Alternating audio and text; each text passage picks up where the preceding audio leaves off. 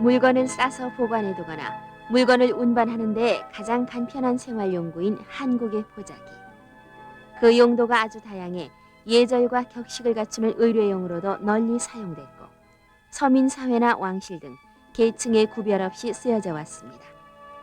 또한 그 조각보의 조형미는 서구 예술가들보다 한 걸음 앞서 한국 여인들이 세련된 미적 감각을 보여줬다는 점에서 관심을 불러일으킵니다.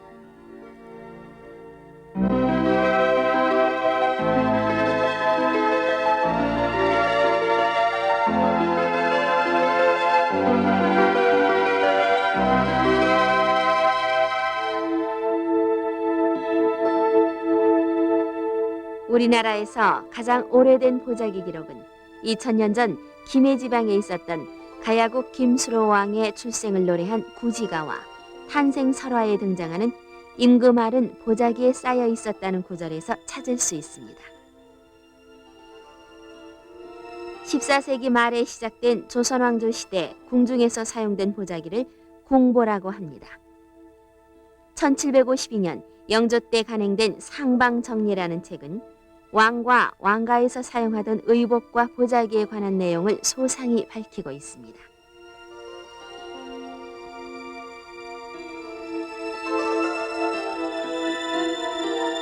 현대에까지 전해 내려온 궁보는 조선 왕조 후기, 그러니까 17세기 이후에 만든 것입니다. 창덕궁 유물관에 소장되어 있는 130여 점의 각종 궁보 가운데 당체보는 모시바탕에 당체로 문양을 그려서 장식한 보자기입니다. 작게 만든 소형보에 각종 문양을 두텁게 그려 넣었는데 태평장춘, 성수만세 등 나라가 태평스럽고 임금이 오래 살기를 축원하는 글자 무늬와 모란, 국화 등의 꽃무늬가 있어서 보자기 전체를 채워놓습니다. 5폭 대형보에는 홍색 한 가지로 색상을 그려 넣었는데 홍색은 궁중 전용색입니다.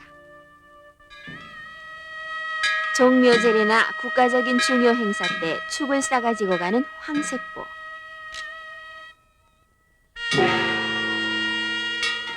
스님들이 예불할 때 차려놓는 쌀이나 밥을 덮는 데 사용하는 마지보도 있습니다.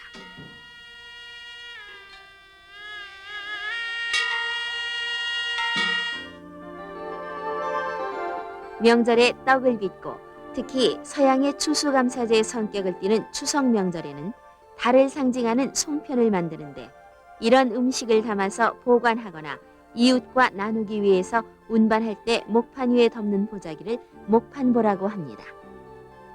부녀자들이 음식이나 물건을 덮어서 사용하는 보자기입니다.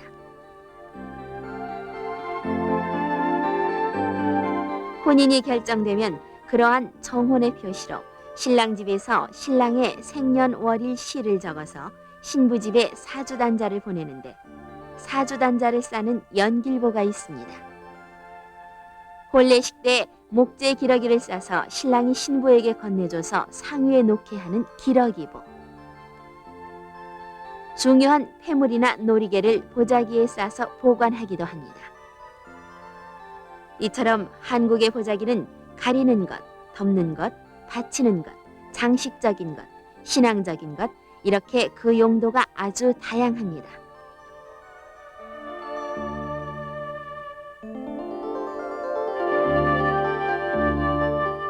궁보와는 달리 민간에서 만들어 사용한 민보는 그 제작하는 방법에 따라서 조각보, 수보, 식지보, 판보, 그림보 등으로 나뉩니다. 그 구조에 따라서 홑보, 겹보, 솜을 놓는 솜보, 누비는 누비보로 나누기도 합니다. 보자기는 복을 쌓둔다는 의미에서 복이라고도 불렀던 만큼 보자기 자체가 복 개념과 상관이 있습니다. 한국 자수박물관. 한국 옛 선인들의 고유한 생활용품으로서 그들의 신앙과 세계관과 인생관의 한 단면을 볼 수 있는 보자기들이 많습니다.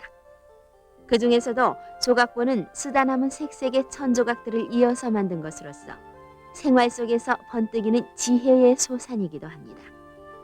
이런 조각보는 주로 일반 서민층에서 통용된 것으로서 실제로 공보에서는 아직까지 발견된 예가 없습니다. 조각보는 구체적인 필요가 생겼을 때만 만든 것이 아니라 특정한 목적을 염두에 두지 않고 만든 것도 많습니다.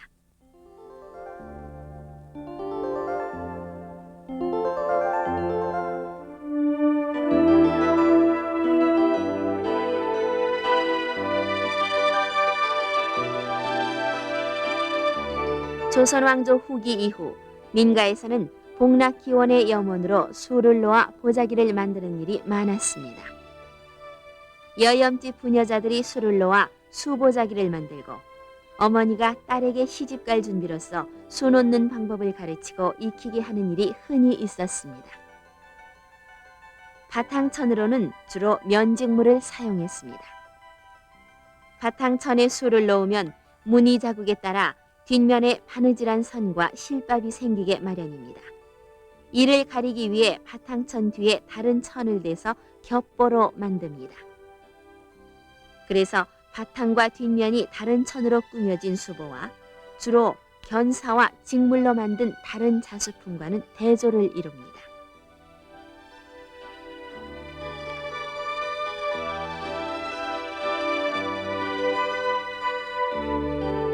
수를 놓는 문양은 대개 자연에서 도출된 것이지만 일단 추상화 단계를 거쳐서 세세한 부분을 대담하게 버리고 그 자연물의 이미지를 전달하는 데 필요 불가결한 부분만 남깁니다. 그래서 절약된 생물 형태적인 선을 가지고 전체적으로 풍요로워 보이는 문양을 구사하고 있습니다.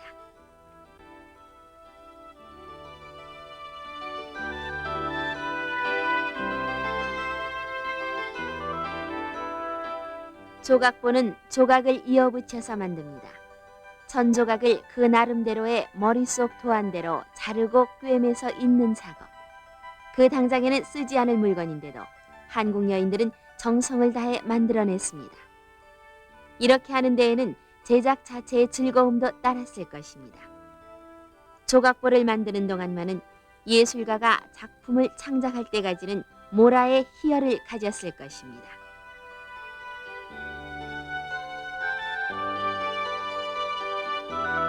하나하나의 조각천은 쓸모가 없는 폐품입니다. 각 조각들을 이어붙임으로써 하나의 유용한 물건이 되는 것입니다. 조각들을 이어가는 연장 개념은 장수, 즉 오래 살기를 축원하는 의미와 연결해서 조각보 제작을 활성화하는 요인이 된 것도 사실입니다. 이런 순수한 창조적인 기쁨은 그 당시 폐쇄적인 봉건 사회에서 한국 여성들이 스트레스를 해소시키는 데에도 크게 도움을 줬을 것입니다. 조각천들의 면과 색의 구성이라는 관점에서 볼 때 현대 추상회화에서 나타나는 고도의 기하학적인 추상 공간이 나타납니다. 현대 미술의 거장인 몬드리안이나 끌레 색채 구성과 흡사한 한국의 아름다운 조각보. 서구 예술가들보다 한 세기 전에 이미 한국 여인들에 의해서 세련된 미적 감각이 드러났던 것입니다. 조각천을 제자리에 붙이고서는 인두질로 고르게 다져놓습니다. 이렇게 해서 마무리 작업에 들어갑니다. 버려질 운명이었던 보잘것없는 조각천들을 모아서 품격 높은 구성미를 창출해낸 그 능숙한 솜씨.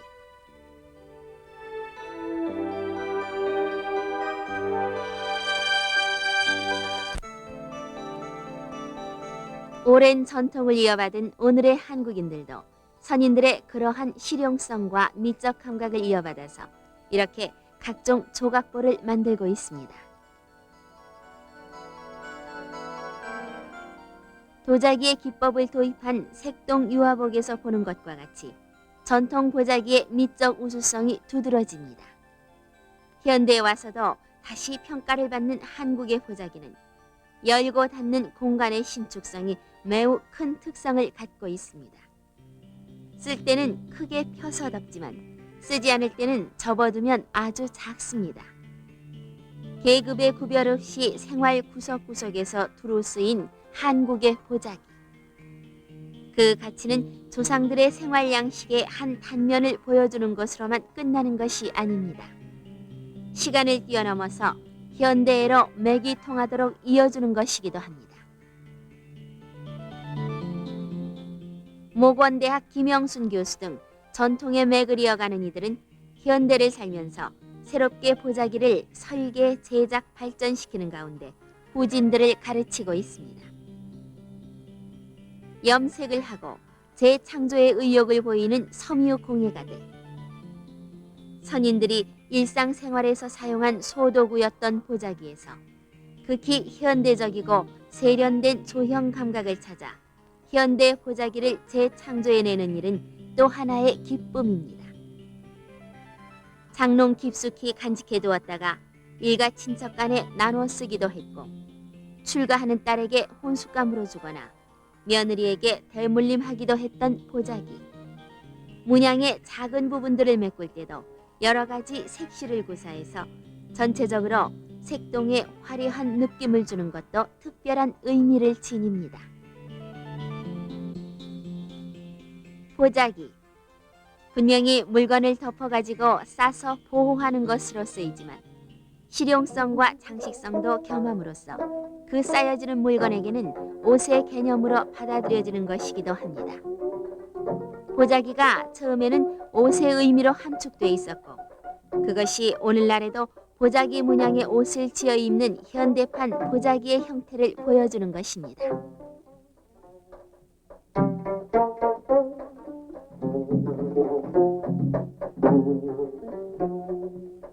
사람들 사이에 오가는 물건이 깍듯한 예의를 담은 마음의 표현으로 전달될 수 있도록 했던 옛 한국인들의 섬세한 배려. 한국의 보자기는 그 시대 남존여비의 사상과 어려운 생활 속에서 여성들이 창조의 기쁨을 누릴 수 있게 해준 것이기도 합니다. 한국의 보자기에서 우리는 건전한 여가 활용으로서의 노동과 유희와 예술의 어우러짐을 보게 되는 것입니다.